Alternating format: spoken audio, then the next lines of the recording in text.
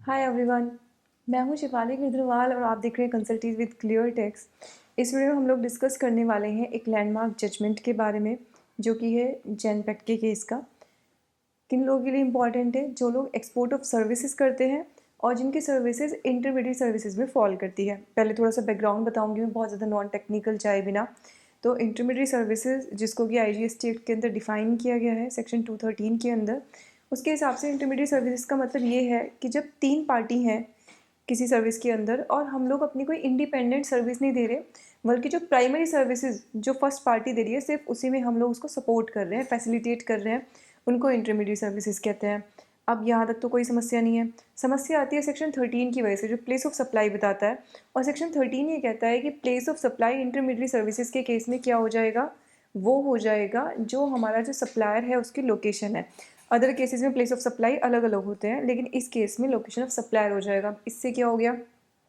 इससे ये हो गया कि एक्सपोर्ट की डेफिनेशन में फॉल करने के लिए एक्सपोर्ट ऑफ सर्विसेज की जो प्लेस ऑफ सप्लाई है उसका आउटसाइड इंडिया होना ज़रूरी होता है।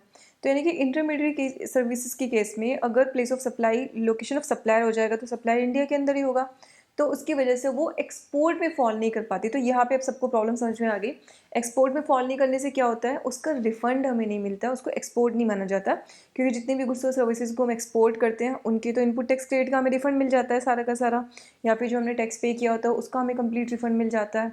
तो यहाँ पे एक दिक्कत थी कि इसकी क्या एक्चुअली क्राइटेरिया होना चाहिए, वो किसी को समझ नहीं आ रहा था ठीक से। और काफ़ी टाइम से जितनी भी सर्विसेज होती थी जिसमें ट्राई पार्टी होती थी, उसमें सब में जो डिपार्टमेंट है उसको इंटरमीडिएट सर्विसेज बता के उसको हमेशा रिजेक्ट कर देता था। ऑल्दो जो सर्विसेज है, जो डेफिनेशन है इंटरमीडिएट की, वो बोलती है कि वो एजेंट रिलेशनशिप होना चाहिए उसके अंदर। तो अब आज का केस क्या है? आज का केस काफ़ी लोगों के लिए हेल्पफुल रहेगा जिनके केसेस ऐसे ही इंटरमीडिएट बता के रिफ़ंड रिजेक्ट कर दिए हैं, जिनको रिफ़ंड नहीं अलाउ करता है डिपार्टमेंट।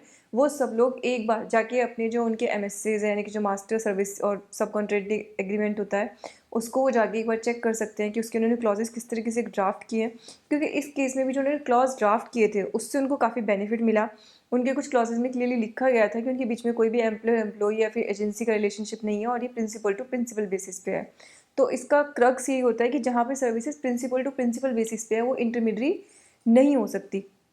अगर आप याद करेंगे, ग्लोबल रीच एजुकेशन एक केस था काफ़ी टाइम पहले, वी सर्व टेक्नोलॉजीज एक केस था। तो ग्लोबल रीच के केस में तो ये हुआ था कि आप जो फॉरेन यूनिवर्सिटीज़ थे उनके कोर्सेज़ को अपनी साइट पे प्रमोट कर रहे थे, उनके बिहाफ पे स्टूडेंट्स को एनरोल करके पेमेंट वगैरह ले रहे थे। तो यहाँ पे उन्होंने बोला था कि वो इंटरमीडिएट सर्विसेज है। क्यों?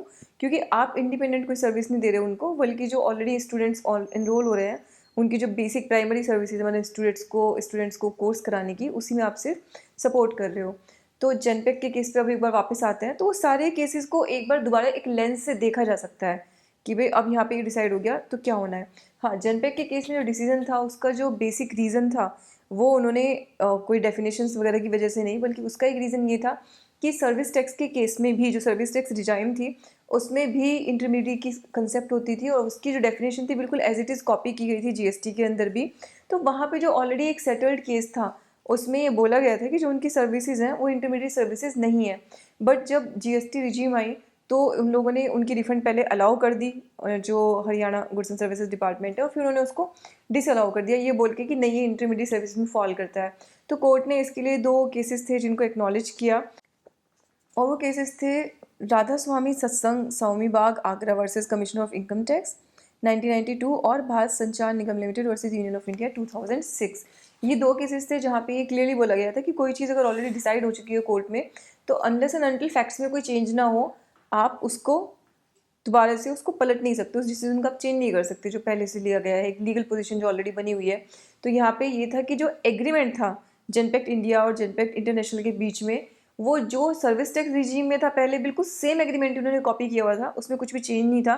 बट वहाँ पे आप उनको वही रिफंड अलाउ कर रहे थे ये बोल के कि इंटरमीडिएट सर्विसेज नहीं है, और यहाँ पे लाके वो रिजेक्ट कर दिया। तो उन्होंने कहा कि ऐसा आप नहीं कर सकती। जो दोनों केसेस मैंने आपको कोट किए हैं वो प्रोविजंस की एप्लीकेबिलिटी के लिए, इस बात के लिए कि जो ऑलरेडी पहले डिसाइड हो चुका है उसको आप चेंज नहीं कर सकते unless there is a change in facts, right. तो यहाँ पे हमें ये ध्यान रखना है कि इंटरमीडिएट से रिलेटेड उन्होंने कोई केस लॉ यहाँ पे डिस्कस नहीं किया है।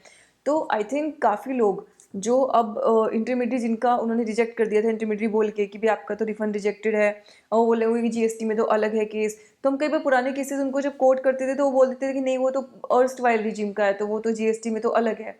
तो अब वो चीज़ हम एक समझ सकते हैं कि जितने पुराने केसेस है वो सारे अब जीएसटी के अंदर रेलिवेंट हो जाएंगे, और अब हम फ्रेश लाइट के अंदर सारे इंटरमीडिएट के केसेस को देख सकते हैं, वो जिनकी लिटिगेशन ऑलरेडी चल रही है डिपार्टमेंट की किसी भी लेवल पे, और वो जो ऑलरेडी लिटिगेशन खत्म कर चुके हैं सभी एक बार रिकंसिडर कर सकते हैं अपने अपने केसेस को। इसी इंपॉर्टेंट लीगल प्रेसिडेंट के साथ मैं ये वीडियो क्लोज कर रही हूँ। Thank you so much everyone.